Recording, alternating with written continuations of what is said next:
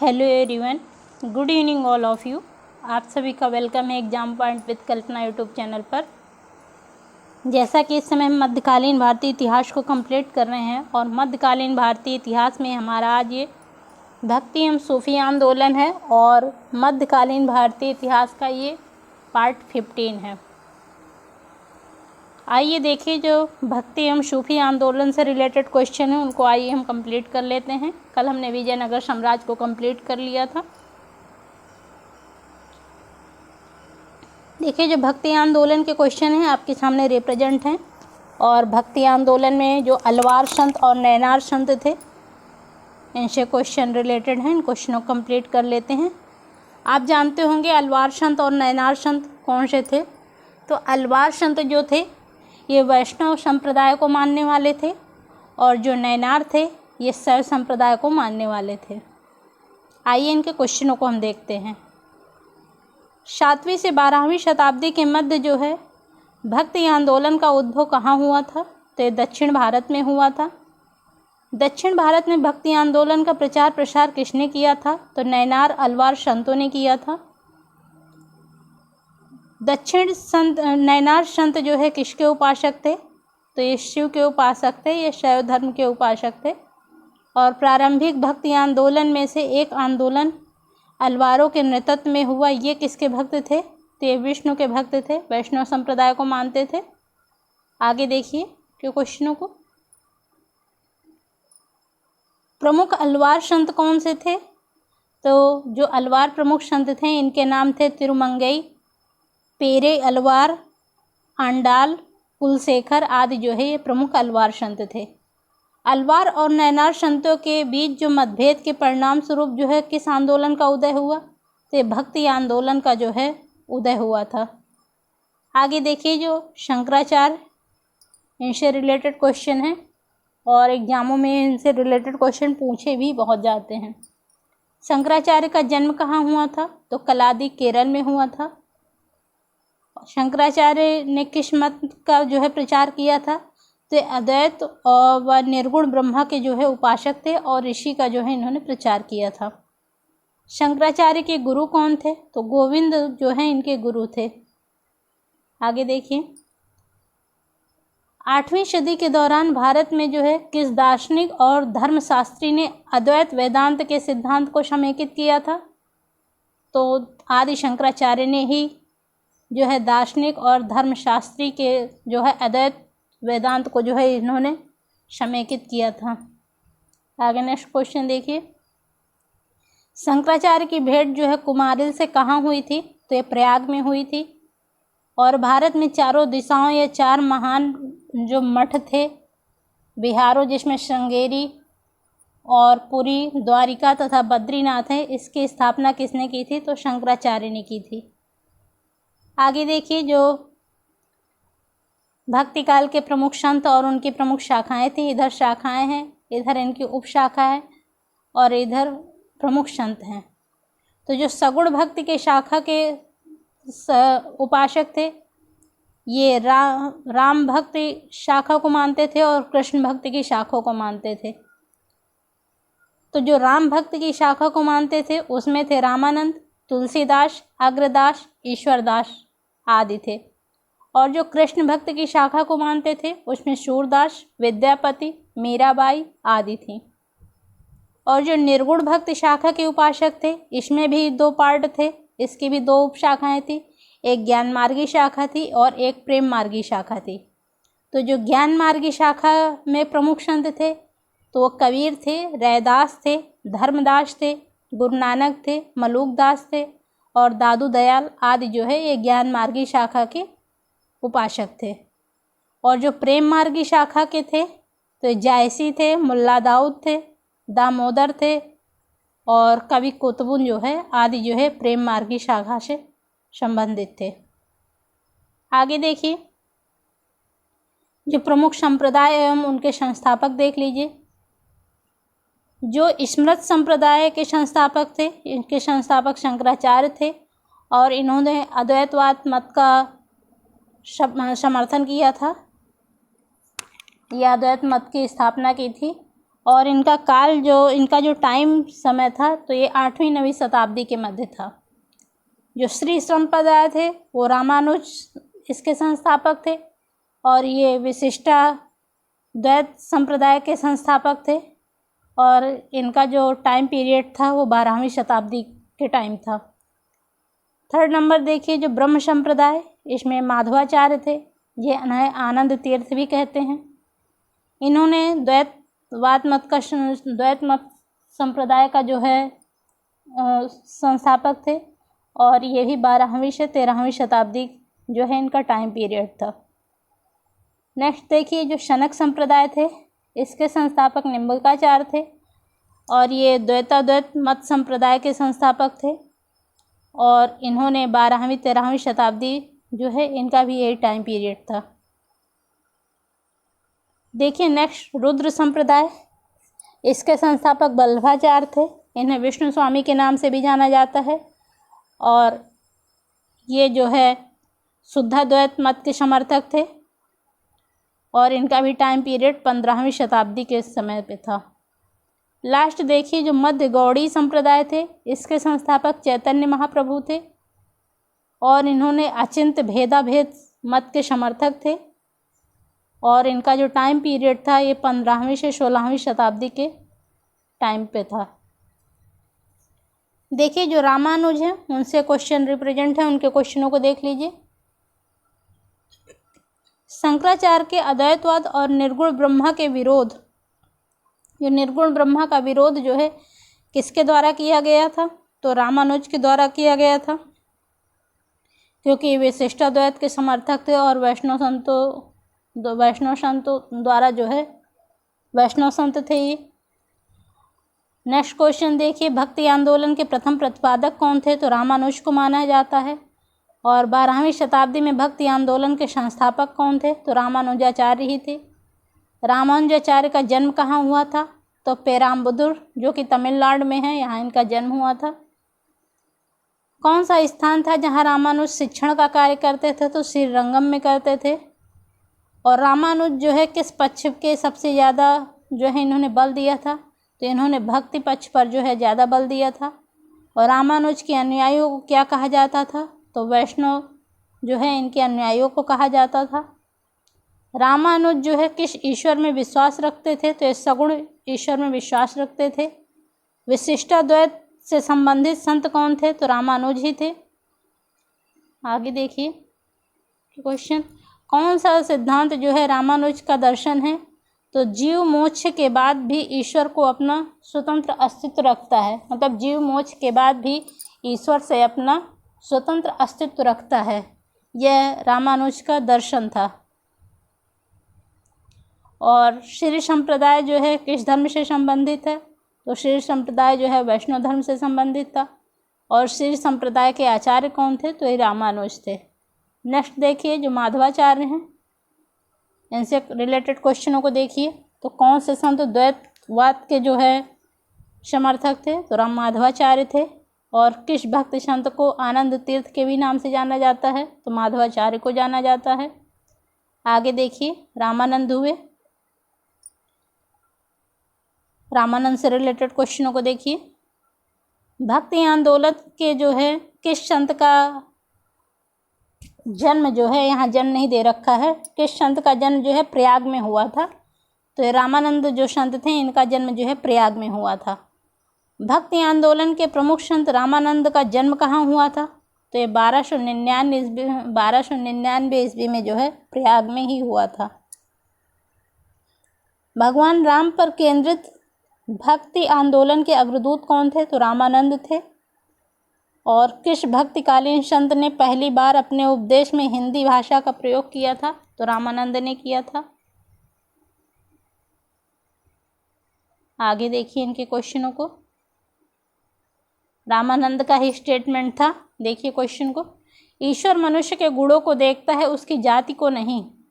दूसरे संसार में कोई जाति नहीं है, यह कथन किसका है, रामानंद का है। नेक्स्ट क्वेश्चन देखिए, कोई व्यक्ति किसी व्यक्ति से उसका धर्म संप्रदाय या जाति न पूछे, यह भी कथन रामानंद का है। रैदास किसके शिष्य थे, रामानंद के थे। रविदास और कबीर जो है किसके शिष्य थे? ये भी जो है रामानंद के शिष्य थे। नेक्स्ट देखिए, जो कबीर हुए उनसे रिलेटेड क्वेश्चन को देख लीजिए। संत कबीर का जन्म कब हुआ था? तो 1440 ईस्वी में हुआ था। संत कबीर का जन्म कहाँ हुआ था? तो वाराणसी में हुआ था।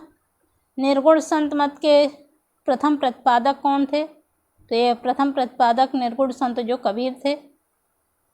भक्ति संतों में कौन सा सर्वाधिक एक आमूल सुधारवादी था? तो कबीर जो है आमूल सुधारवादी थे। नेक्स्ट देखिए क्वेश्चन, पाहन पूजे हर मिले तो मैं पूजू पहाड़, यह कथन किस संत का है? तो कबीरदास का है।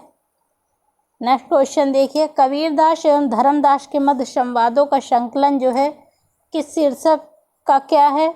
इनका शीर्षक क्या है? तो आमर मूल जो है अमर मूल जो है इनके मध्य संवादों का संकलन का जो शीर्षक है उस शीर्षक को हम अमर मूल कहते हैं।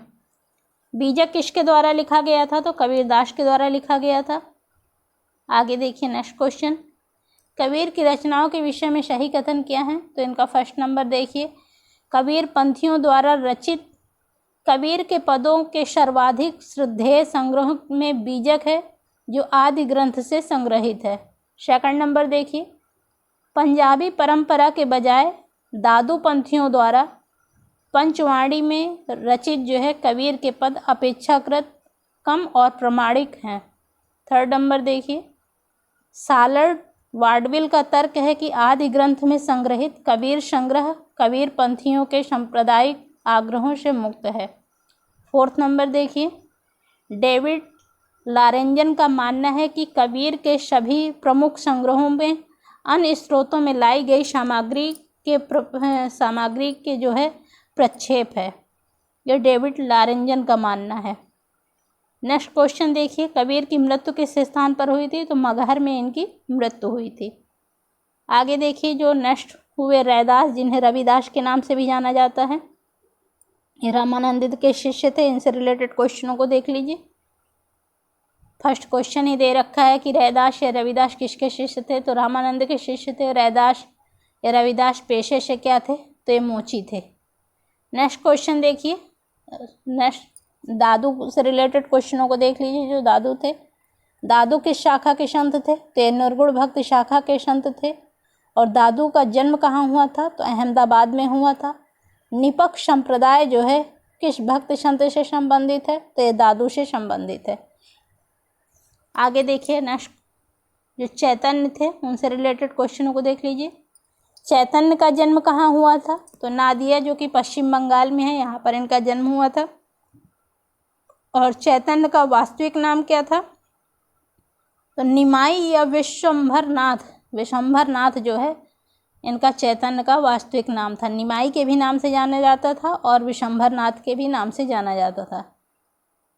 चैतन्य ने किसकी भक्ति की शिक्षा दी थी? तो कृष्ण की भक्ति की शिक्षा दी थी।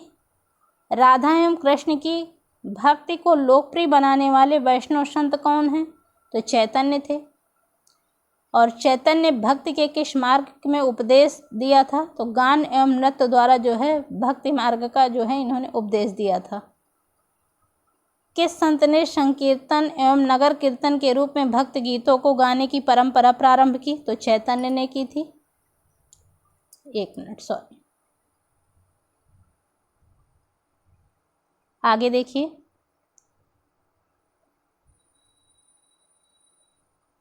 चैतन्य ने भक्ति आंदोलन में जो विशिष्टता जोड़ी वह क्या थी? तो कीर्तन पद्धति की जो है इन्होंने ये विशिष्टता को जोड़ा था, तो वह कीर्तन पद्धति थी। नेक्स्ट क्वेश्चन देखिए, किस संत को उसके अनुयायी विष्णु या कृष्ण का अवतार मानते थे? तो चैतन्य को जो है उसके अनुयायी जो है कृष्ण या विष्णु का अवतार मानते थे। नेक्स्ट क्वेश्चन देखिए, गौड़ी संप्रदाय के प्रवर्तक कौन थे? तो चैतन्य महाप्रभु थे।